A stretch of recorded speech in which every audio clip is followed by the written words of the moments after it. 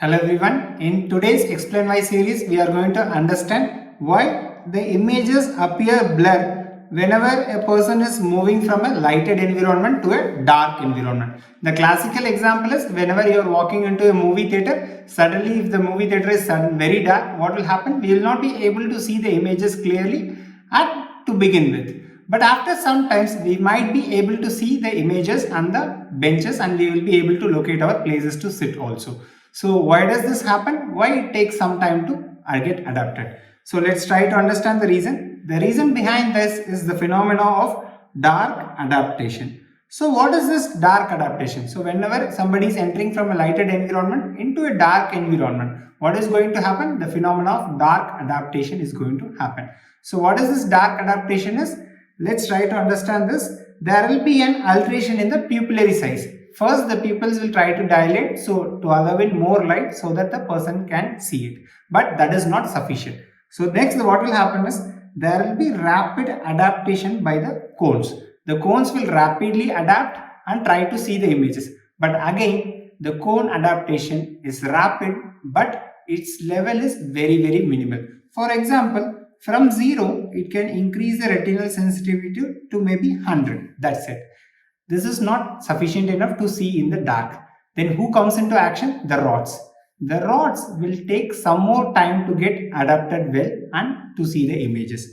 It is followed by the rod adaptation after the cones. But the beauty about rod adaptation is it takes a longer duration, but it can increase the sensitivity to a very high levels in comparison to the cones. For example, it can increase the sensitivity literally to 10,000 times than the baseline itself.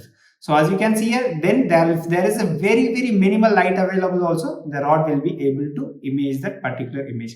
This is called as the dark adaptation principle. The rods usually take time to regenerate the rhodopsin. So what happens is in the sunlight, all this rhodopsin will be broken into their bleached form, the opsins. To reform them, it takes a much longer time, and once these rhodopsins are adequately available, what will happen? The person will be able to see the image. So basically, it is increasing the sensitivity of the retina. So this is the reason why we are seeing a blur image initially. After that, we are able to see the images properly, at least the visible images which have a little bit of light thrown on it. So as you can see here, this is the diagrammatic representation of the cone adaptation and the rod adaptation. Suppose a person is on the x-axis, we can see there is a minutes in dark.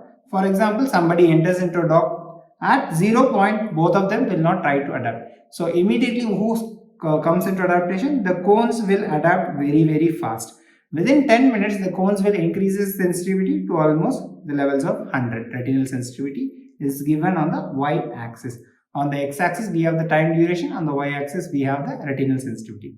And when the rod comes for its adaptation, as you can see here, it increases the retinal sensitivity to a much higher levels, literally of 10,000 times more than the basal level. So this is the beauty of rods, and that is why rods are very useful for the dark adaptation phenomena, which helps to see even in the dark environment after some time. I hope it's clear. Thank you for watching the video. We'll see you in the next video. Thank you so much.